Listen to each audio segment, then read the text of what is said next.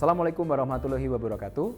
Perkenalkan, nama saya Chandra Setiawan, STP MN PhD, dosen pada Departemen Teknik Pertanian dan Biosistem, Fakultas Teknologi Pertanian, Universitas Gadjah Mada. Saya ingin menyampaikan pernyataan diri dosen dalam unjuk kinerja Tridharma Perguruan Tinggi untuk salah satu mata kuliah yang saya ampuh, yaitu Sistem Informasi Geografi pada Pertanian.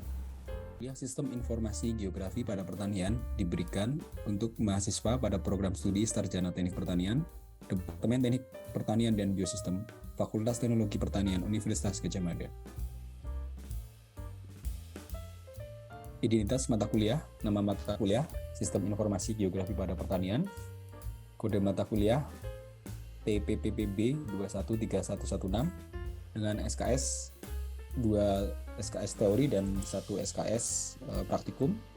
Kemudian untuk status mata kuliahnya adalah mata kuliah pilihan. Kemudian untuk semester dari kuliah ini adalah semester genap. Mata kuliah prasyarat untuk mengambil mata kuliah Sistem Informasi Geografi pada Pertanian adalah tidak ada. Deskripsi singkat mata kuliah. Kuliah dan sekaligus praktikum Sistem Informasi Geografi atau Geographic Information System pada Pertanian. Program studi Sarjana Teknik Pertanian memfokuskan pembelajaran mengenai aplikasi Sistem Informasi Geografi di bidang teknik pertanian. Kuliah ini menerapkan metode Project Based Learning yang memungkinkan mahasiswa mengambil topik project atau tugas berdasarkan permasalahan real di lapangan. Capaian pembelajaran lulusan. Ada 3 CPL yang dimandatkan untuk mata kuliah ini. Yang pertama adalah mahasiswa mampu mengaplikasikan pengetahuan matematika, ilmu pengetahuan alam, dan atau material, teknologi informasi, dan ilmu keteknikan dalam bidang biosistem. Kemudian yang kedua, CPL yang kedua yaitu mahasiswa mampu mengidentifikasi, merumuskan, menganalisis, dan menyelesaikan permasalahan teknik pertanian dan biosistem. Yang terakhir atau CPL ketiga adalah mahasiswa mampu memahami dan menerapkan literasi data dan teknologi pada bidang agroindustri. Adapun capaian pembelajaran mata kuliah atau CPMK, yang pertama adalah mahasiswa mampu menerapkan ilmu pengetahuan matematika, ilmu pengetahuan alam, dan atau material, teknologi informasi dan keteknikan untuk mendeskripsikan dan menilai permasalahan spasial. CPMK yang berikutnya, yang kedua, yaitu mampu mengidentifikasi dan menjelaskan dasar permasalahan spasial di bidang teknik pertanian dan biosistem. Kemudian untuk CPMK berikutnya, yang ketiga, adalah mampu menyelesaikan permasalahan di bidang pertanian berdasarkan prinsip-prinsip perancangan dan memenuhi persyaratan teknik dengan menggunakan sistem informasi geografi. CPMK selanjutnya, yaitu yang keempat, adalah mampu menyelesaikan permasalahan teknik atau membuat prototipe berdasarkan prinsip-prinsip perancangan dan memenuhi persyaratan teknik menggunakan sistem informasi geografi.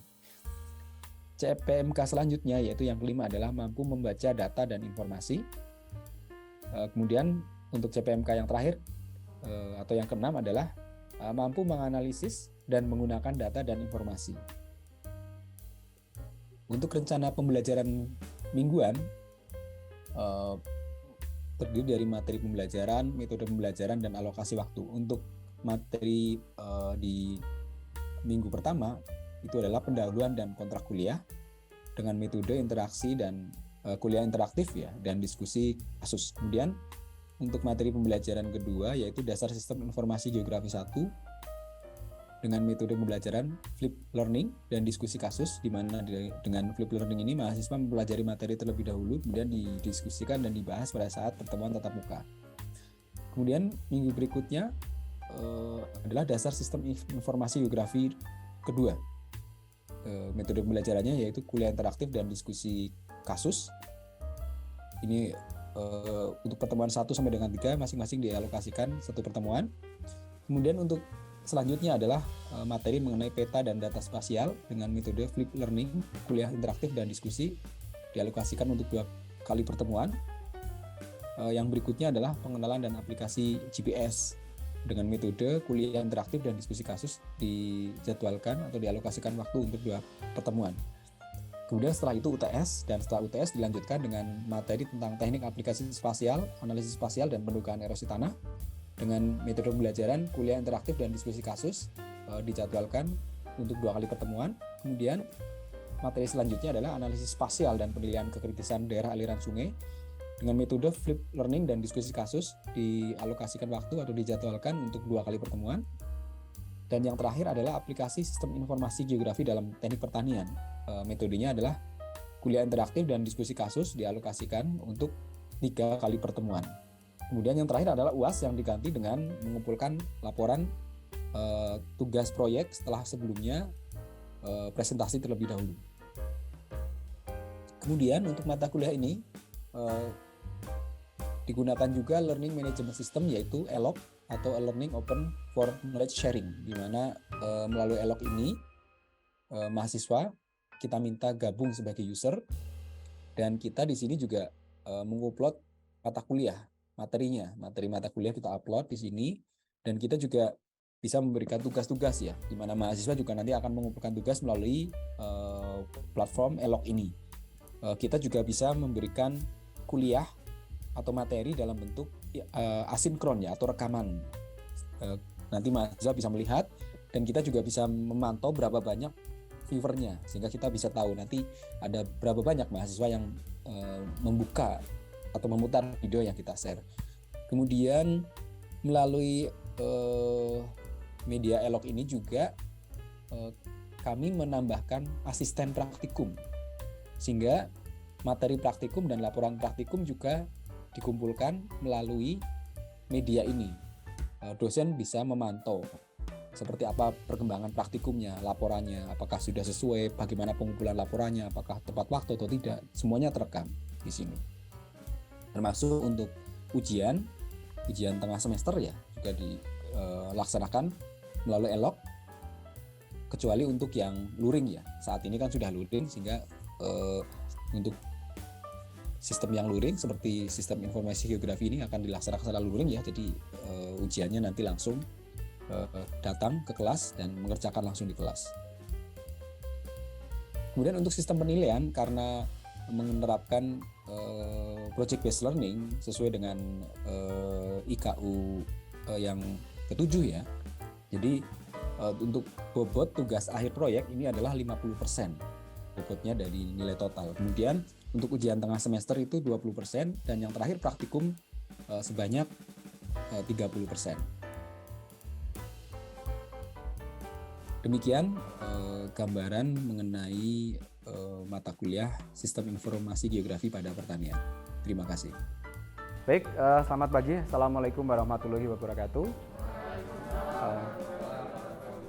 Minggu ini kita akan melanjutkan perkuliahan Sistem Informasi Geografi pada Pertanian, di mana pada minggu ini kita akan membahas topik mengenai analisis spasial pendugaan erosi tanah. Ini merupakan kelanjutan dari topik yang kita bahas sebelumnya ya. Seperti kita ketahui, di mata kuliah ini kita akan mempelajari salah satu perangkat lunak SIG, yaitu ArcMap.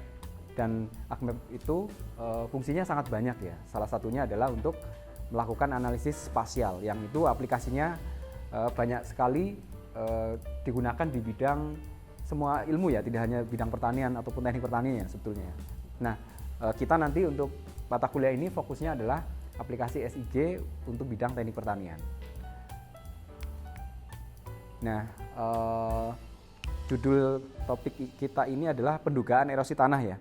Nah, di ArcGIS ini ada langkah-langkahnya ya, ada langkah-langkahnya kalau kita ingin menggunakan atau kita ingin membuat peta R ya, karena di ArcGIS itu kan semua data harus disajikan dalam bentuk data raster ya, peta ya. Nah untuk membuat itu kita untuk membuat peta hujan ini seperti membuat peta poligon Thiessen ya. Jadi kita harus punya peta poligon dan harus punya lokasi stasiun hujan seperti itu. Di mana nanti di masing-masing lokasi stasiun hujan yang berupa titik atau poin itu kita harus memasukkan nilai curah hujannya ataupun nilai erodibilitasnya yang sudah dihitung dengan persamaan ini ya. Kita masukkan satu persatu, terus kemudian nanti kita menganalisis menggunakan, ada banyak metode sebetulnya ya, tapi yang paling banyak saat ini adalah IDW ya. inverse, distance, weighted ya. Jadi kita masukkan ini langkah-langkahnya ya. Jadi ada di spatial analysis tool, interpolation, IDW, input point fitur ya, diisi dengan data titik hujan, terus klik general setting, extend, nanti sudah jadi ya. Terus kemudian selanjutnya potong peta R dengan batas das ya, kan batas lintang misalnya. Nah ini peta das batas lintang, ini peta Jawa. Nah ini emas ya, kayak topeng itu dipakai untuk motong gitu loh. Jadi nanti kita dapatkan peta sesuai dengan luasan yang kita butuhkan. Ini ya. Terus kemudian ini ada langkah-langkah selanjutnya. Ini saya kira nanti akan diperdalam di praktikum ya. Saya nggak tahu di praktikumnya nanti. Kemarin analisisnya apa?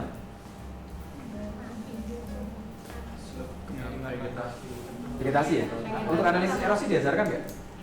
Belum. Tapi yang hitung-hitungan diajarkan ya, yang menggunakan raster kalkulator ya. Oh iya. Prinsipnya sama sih. Jadi pokoknya kalau sudah menguasai raster kalkulator analisis ya, itu mau dipakai untuk analisis kesuaian lahan, apapun itu sudah bisa. Dan itu tidak hanya terbatas untuk bidang teknik pertanian, tapi juga untuk bidang-bidang yang lain. Seperti itu kurang lebih. Nah ini ada persamaan lain yang bisa dicoba juga ya. Persamaan yang dikembangkan oleh Boles tahun 78. Kalau Boles ini, kalau tadi Landfine itu kan dia hanya menggunakan data hujan bulanan ya. Nah kalau Boles ini dia menggunakan data jumlah hari hujan dan hujan maksimum. Seperti itu. Erosi ini kalau kita ingin tahu, kan nanti hasil dari overlay itu kan ya peta utuh ya. Peta utuh. Nah kalau kita ingin tahu ada berapa unit lahan, ada berapa sel atau grid, itu gimana caranya? Nah ini poligonnya itu harus diubah menjadi poin ya. Jadi buka toolbox, conversion tool, from raster to point, seperti itu. Nah dari situ kita bisa tahu, ini contoh ya, contoh hasil hitungan erosi di Wadas Lintang ya. Jadi ternyata jumlah datanya, jumlah selnya atau gridnya ya ada 464.073, banyak sekali. Nah ini ada nomornya ya, nomor 1, nomor 2. Nah masing-masing ini ya poin ID-nya nomor 1, 2, 3. Yang nomor 1 itu bentuknya ya persegi, ukurannya 30 kali 30. Nomor 2 sama. Nah di nomor 1 itu berapa sih erosinya? Nah ini di setiap ini ada nilainya. Misalnya yang grid nomor 15 ini nilai erosinya 224. Nah dari semua ini rata-ratanya berapa sih? Statistiknya berapa sih? Nah statistiknya ya ini. Di grid ini diklik kanan, terus kemudian klik statistik, nanti akan muncul. Nah dari sini kita dapatkan nilai minimumnya 0, nilai maksimumnya 7.000, nilai rata-ratanya 71. Itu artinya apa? Artinya berarti erosi rata-ratanya ya 71 ton per hektar per tahun.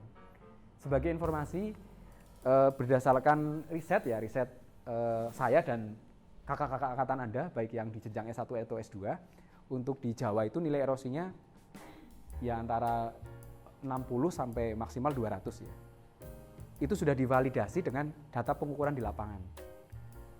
Data pengukuran apa? Data pengukuran sedimentasi di hilirnya. Jadi kalau nggak divalidasi itu hasil hitungannya ngawur. Bisa nanti rata-rata erosinya sampai 400, 500, bahkan 1000 ya. Saya beberapa kali membaca hasil riset seperti itu. Hasil riset S1, tapi bukan dari UGM ya. Gitu. Jadi hasil erosinya tidak divalidasi, sehingga diperoleh nilai 1000 ton per hektar. Kemudian dikonversi menjadi nilai sedimentasi. Wah itu udah salah total gitu ya. Jadi bagaimanapun juga data pengamatan di lapangan, pengukuran sedimentasi ya. Sedimentasi itu kan sebetulnya tanah ya, sedimen kebanyakan kan tanah kan. Gitu. Nah, sedimentasi itu kan sebetulnya tanah itu ya tanah hasil erosi. Jadi itulah kenapa hasil pengukuran sedimentasi bisa dianggap sebagai jumlah volume tanah yang tererosi gitu ya. Kan dalam satu das itu kan banyak erosi gitu ya. Erosi itu kan partikel tanahnya nanti akan masuk ke, biasanya kalau di hilirnya ada waduk, nah itu kayak Wadas Lintang itu misalnya. Wadas Lintang itu ada pengukuran. Atau kalau yang rutin ya yang ini, Waduk PP Sudirman misalnya, itu rutin karena punyanya PLN ya. Kalau PLN kan hidup matinya dari listrik ya. Jadi mereka setiap tahun harus ngukur itu. Kalau sedimennya tinggi banget ya mereka melakukan kegiatan konservasi di hulunya seperti itu. Nah ini ya seperti ini ya. Jadi kita di sini kita sudah bisa tahu nilai rata-rata erosinya. 71 itu masih dalam range ya. Dan ini divalidasi juga ya ini. Ini divalidasi dengan data pengukuran sedimentasi di waduk di hilirnya. Nah kemudian untuk Indonesia itu sudah punya sistem klasifikasi. Sebetulnya kita bisa loh bikin sistem klasifikasi sendiri ya. Saat ini yang paling banyak dipakai itu yang ini ya. Ini kehutanan kalau tidak salah ya, kehutanan ya. Jadi klasifikasinya kalau kurang dari 15 ton per hektar itu sangat rendah, 15 sampai 60 itu rendah, 60 sampai 180 sedang, dan seterusnya ya. Jadi kalau hasil hitungannya tadi masih 70, berarti kan kategorinya masih sedang ya. Walaupun belum tinggi, tapi kan udah harus bahaya ya. Sudah harus waspada, karena erosinya kan kalau dengan ArcGIS itu kita bisa tahu ya, bisa tahu yang tinggi itu di mana, yang rendah itu di mana gitu loh. Setiap negara punya sistem klasifikasi sendiri. Sebagai contoh di Amerika, kalau di Amerika itu erosi yang rendah itu nilainya kurang dari 11 ton per hektar. Jadi setiap ini beda-beda ya. Untuk menentukan ini sebenarnya adalah dasarnya adalah dampaknya ya. Misalnya ini kan sebenarnya ton per hektar ini kan bisa diubah menjadi satuan milimeter ya. Kalau ton per hektar mungkin bayanginnya kan susah ya. Kalau diubah ke ton per hektar itu dibagi sekitar 18. Jadi misalnya kita nemu hasil erosinya 36 ton per hektar. Berarti kalau diubah menjadi milimeter ya 36 bagi 18 berarti sekitar 2 mm ya. Bisa dibayangkan kan ya 2 mm per tahun. Kalau semakin tebal kan berarti semakin bahaya gitu ya. Terus kemudian, nah ini ya, kan hasil overlay tadi kan dia masih asli ya, belum diklasifikasikan. Nah, karena Indonesia kan menggunakan ini ya 5 klasifikasi ini ya, maka data hasil analisis tadi, hasil overlay itu harus kita klasifikasikan menjadi 5 kelas juga ya. Sudah pernah mencoba ya klasifikasi ya, oke. Dan nanti masing-masing kelas ini bisa kita edit warnanya ya, warnanya, temanya seperti apa, dan labelnya juga bisa kita ganti. Dan di sini kita juga bisa tahu ada berapa unit lahan atau berapa grid ya, yang berarti yang kelas 0 sampai 15 ini cukup banyak ya, 248.000 gitu ya. Nah, nanti petanya ketika diubah menjadi peta JPEG itu ada aturannya. Kita bisa melakukan penyetingan resolusinya. Nah, resolusi yang standar jurnal internasional ya, itu biasanya minimal 300 dpi. Dpi itu dot per inch ya.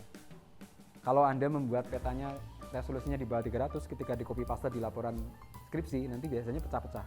Atau misalnya kalau jurnal itu ya pecah. Jadi biasanya minimal 300. Kalau mau lebih bagus lagi ya dibuat 600. Cuman semakin besar ukuran dpi-nya, ukuran filenya akan semakin besar.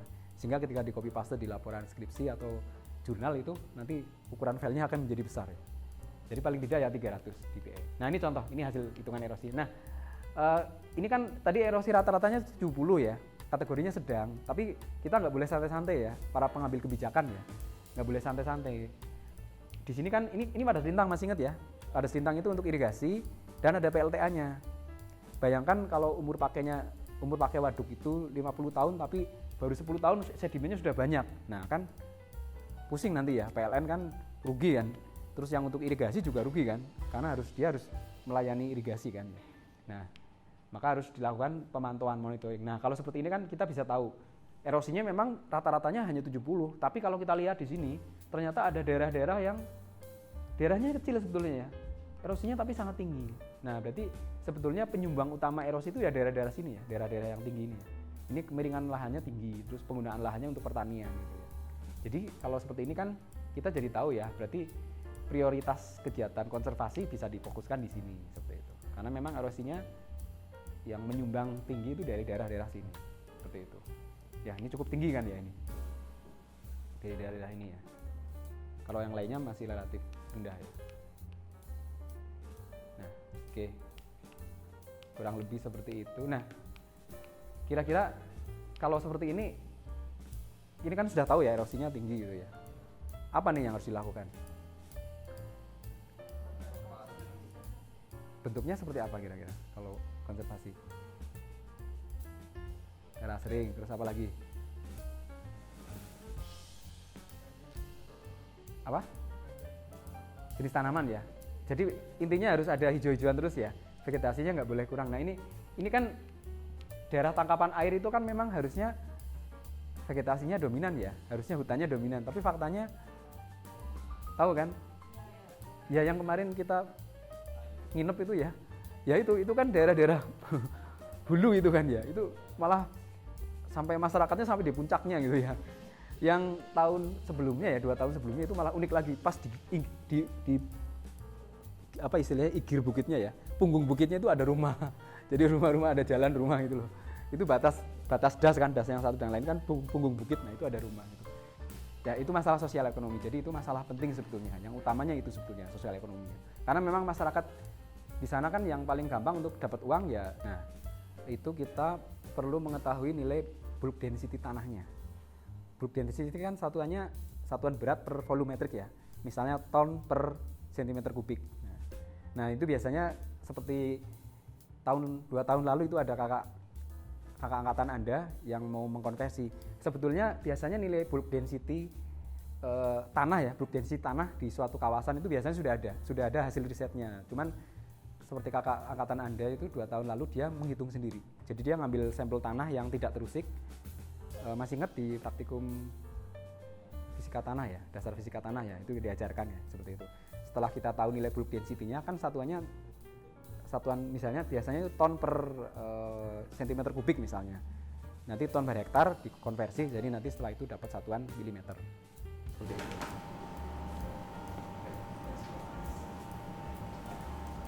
Siapa lagi yang mau bertanya? Tadi kan untuk masalah peta kan standarnya 300 dpi. Iya. Itu kan berarti kalau dikopikan ke media lain itu kan pasti jadinya besar. Itu gimana nge-rescale-nya biar kalau jurnal kan kita tahu ya gambarnya masih kecil-kecil, itu gimana nge-rescale? Kalau agar tidak berubah kualitasnya ya kita nyeting di ininya, di ArcGIS-nya, di ArcMap-nya.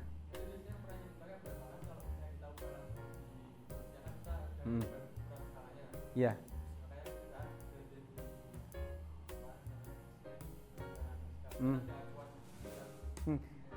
Sebenarnya di ArcGIS tadi kita bisa menggunakan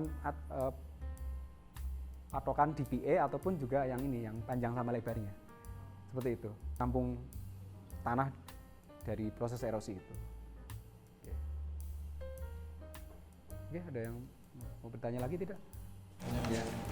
Kan tadi kan ada klasifikasi potensi erosinya ya Pak ya. Nah itu kan sebenarnya kan kata Bapak kan bisa dihitung sendiri. Yeah. Nah pada saat kan itu kan dibuat kan tahun 2006. Nah apakah pada tahun 2003 ini akan berubah jauh jika dihitung ulang atau gimana? Klasifikasinya ya? Nah ya makanya tadi saya menyebutkan mungkin nanti Dwi bisa lanjut S2 sampai S3 ya. Nanti kembangkan, kan itu kan karena mereka itu yang pertama kali dulu membuat klasifikasi, jadi harus dipakai terus menerus gitu loh. Padahal bisa jadi sekarang dampaknya sudah beda gitu loh. Jadi biasanya dampaknya terhadap lingkungan. Misalnya kalau tebal lapisan tanah yang hilang 1 mili itu dampaknya seperti apa? Misalnya ternyata dampak terhadap produktivitas lahan tidak begitu signifikan. Oh berarti kesimpulannya erosi 1 mm masih dianggap wajar, kecil gitu. Nah itu sebetulnya. Terus bagaimana kalau erosinya sampai 3 mm? Ternyata kalau sudah 3 mm itu kelihatan banget lapisan topsoilnya hilang, produktivitas lahannya berkurang. Nah dari situ berarti kamu bisa menyimpulkan, oh berarti kalau erosi 3 mm kategorinya sedang misalnya.